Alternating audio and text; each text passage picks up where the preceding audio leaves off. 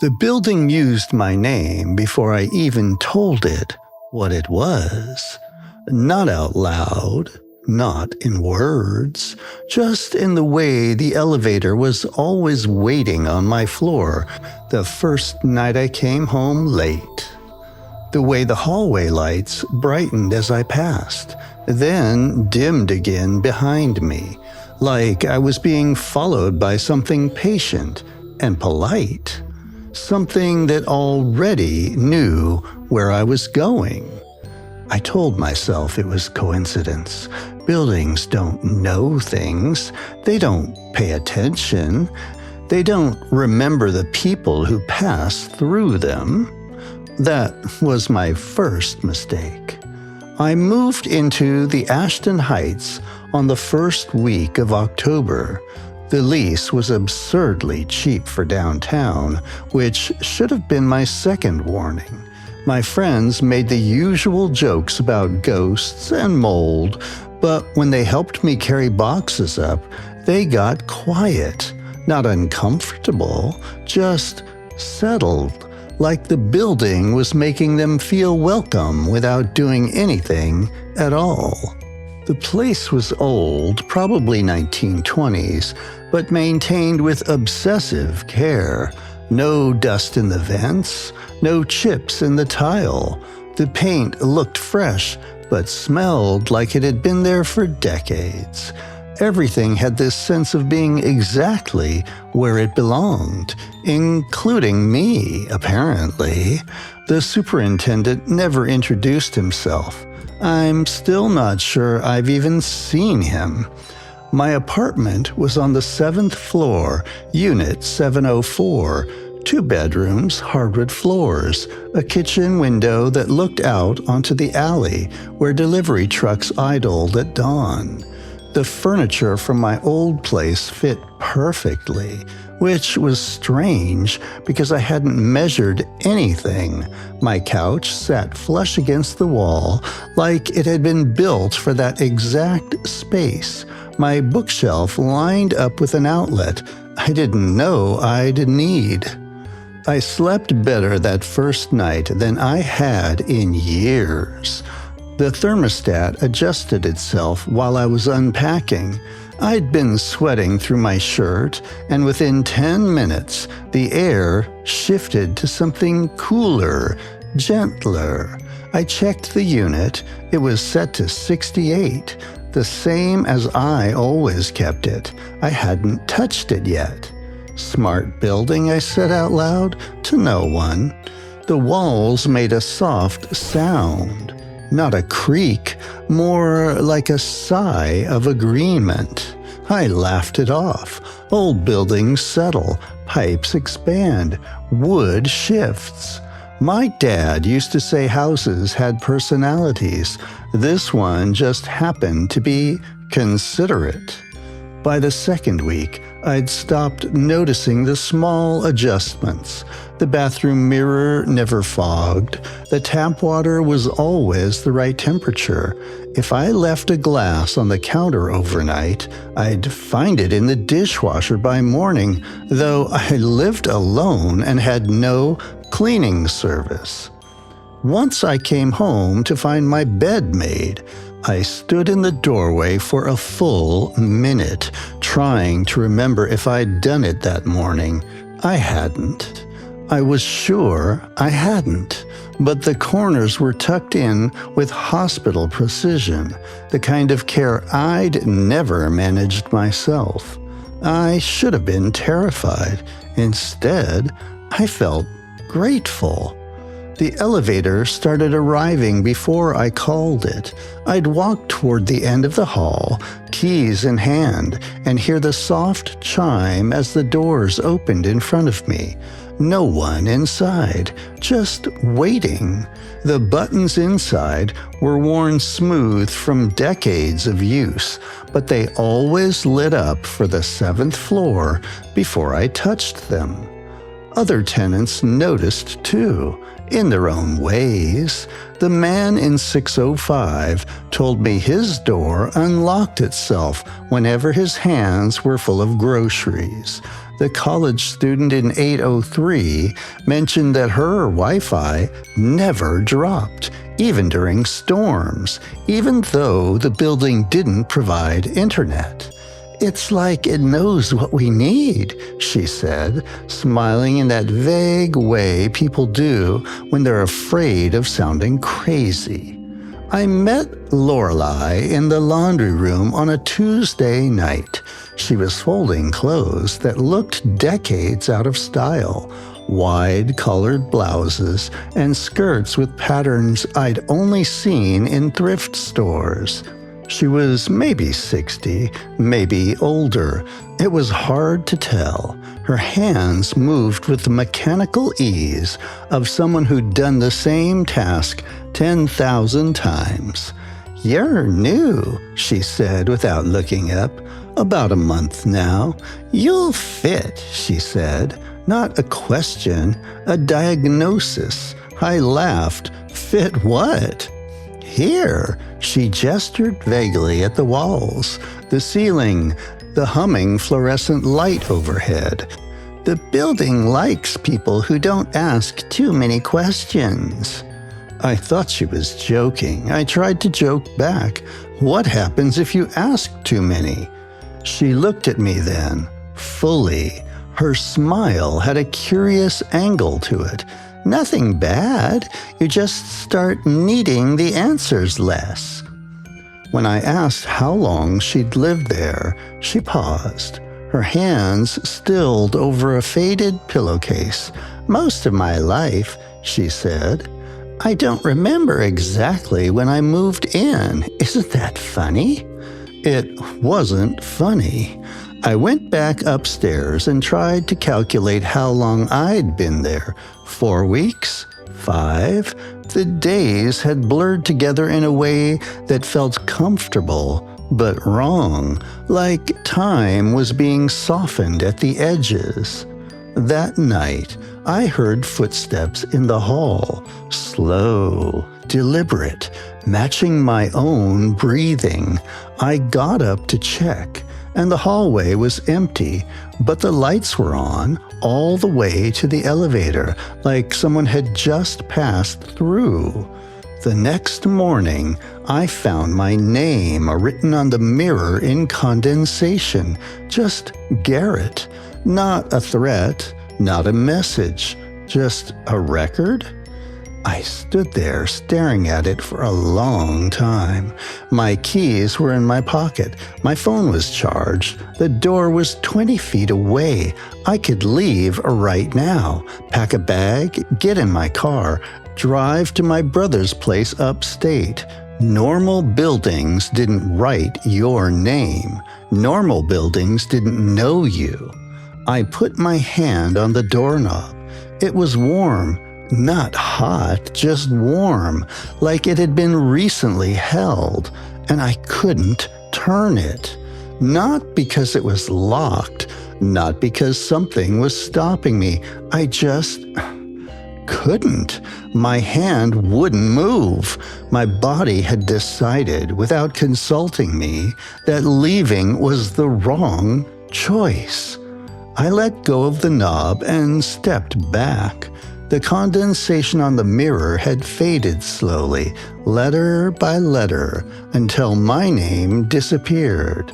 I wiped the rest away with my sleeve and went to make coffee. I started paying closer attention.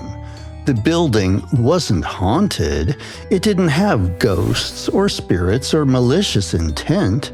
It was something quieter, more patient. It learned. When I paced the apartment anxiously before a work meeting, my furniture seemed to shift slightly, widening the walkway. When I stayed up late reading, the overhead light dimmed without me touching the switch, leaving just the lamp by my chair. When I cried after my brother stopped returning my calls, the sound didn't carry. No neighbors knocked. No one asked if I was okay. The walls held it in, absorbed it, kept it between me and the building. I should have felt trapped. I felt cared for. The faucet in 605 started leaking one afternoon. I heard the man who lived there mention it in the elevator, frustrated. He said he'd called the super twice, but hadn't gotten a call back. By that evening, I heard him tell someone else the problem had fixed itself. No one had come by, no tools left behind, just resolved. Maybe the super came while you were out, I suggested. He frowned. Maybe. Weird though, I was only gone 20 minutes. Later that week, I asked Lorelei if she'd ever met the superintendent. She thought about it for longer than the question should have required. I think so, she said finally. Tall man. Or maybe short. He fixed my radiator once. Or, well, someone did. The college student in 803 said she'd seen him in the basement. Older guy, I think. Or maybe he was young. I don't know. He was there. No one could describe him the same way twice. No one was completely sure they'd seen him at all. I started to think the superintendent wasn't a person, just a function, something the building used to explain itself when explanations were needed. I found the names by accident. The bathroom panel behind the toilet had come loose, and when I pulled it back to reattach it, I saw them. Dozens of names scratched into the drywall in different hands, different tools, different decades. Violet, Amos, Juniper. Some were crossed out. Some were written over and over, deeper each time, like the person was trying to make sure they wouldn't be forgotten. Dates next to some of them: 1987, 2003, 2019. No explanations, no epitaphs, just names carved into the bones of the building. I put the panel back. I didn't tell anyone. The building began showing me more. Not all at once, little offerings, like a cat bringing gifts.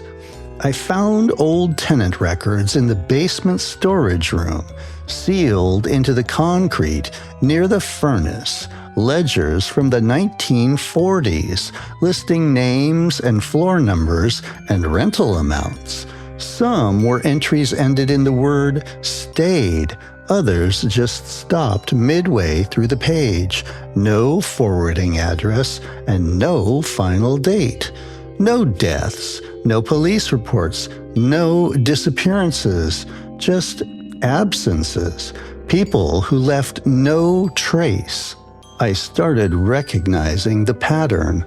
Long-term tenants moved differently. They didn't rush. They didn't look at their phones in the elevator. They smiled at the walls sometimes, like they were acknowledging an old friend. Lorelei wasn't the only one. There was Dimitri on the 4th floor, who'd said he'd been there since the 80s, but didn't look a day over 50. There was the couple in 902 who couldn't remember their wedding anniversary, but knew exactly when they'd moved in, March 12, 1974. They were happy, all of them, unnervingly so. I decided to test it. I'd leave, just for a weekend, visit my brother upstate, get some distance, see how I felt. I packed a bag. I walked to the lobby. The door opened easily. The street was right there. People passed by. Cars honked. A dog barked somewhere down the block. I stepped outside and immediately felt wrong. Not sick, not afraid, just incomplete. like I'd left something essential behind. My lungs worked, but the air felt thin. My legs moved, but the ground felt unstable. The sunlight was too bright and the noise too sharp. I made it a half a block before I turned around. The building's doors were already open. I went back inside and the feeling stopped. My chest loosened, my vision cleared. The hum of the elevator was a lullaby. I didn't try to leave again. The building didn't trap me. It didn't lock the doors or block the exits. It didn't threaten or punish. It just made sure I understood that I belonged here more than I belonged anywhere else. And it was right. I started noticing the adjustments more consciously. My reflection in the bathroom mirror looked more rested than I felt. My coffee was always the perfect temperature, even if I forgot about it for an hour. When I had a nightmare, I woke to find the bedroom door closed, though I always slept with it open. Something had decided I needed privacy. One night, the power went out, the whole block, according to the buzz of confusion I heard through the walls. But inside the building, soft amber emergency lights clicked on, outlining the hallways in a warm glow. I stepped outside my apartment, and it was there. My name, carved into the wall across from my door. Garrett. Fresh, deep, the grooves still pale where the paint had been scraped away. Not a threat, not a warning, a record? I reached out and touched it. The wall was warm under my fingers, faintly vibrating, like a pulse. I thought about all the other names, all the other tenants who'd stayed long enough to be remembered, who'd given themselves to this place, bit by bit, until leaving felt like forgetting how to breathe. The building wasn't alive. It didn't think or feel. It didn't want. It remembered. And it remembered people best when they stayed long enough to leave everything behind. The lights came back on an hour later. The carving was still there. I didn't try to cover it. I still live here. New tenants move in every few months. Some stay, some don't. I can tell which ones will last by how quickly the building learns them. The ones who relax into the small kindnesses. The ones who stop questioning why their apartment always feels like home. The ones who start writing their names on things without realizing it. Sometimes I hear footsteps in the hallway that match mine perfectly, but a half a second out of sync. Sometimes I find notes in my handwriting that I don't remember writing.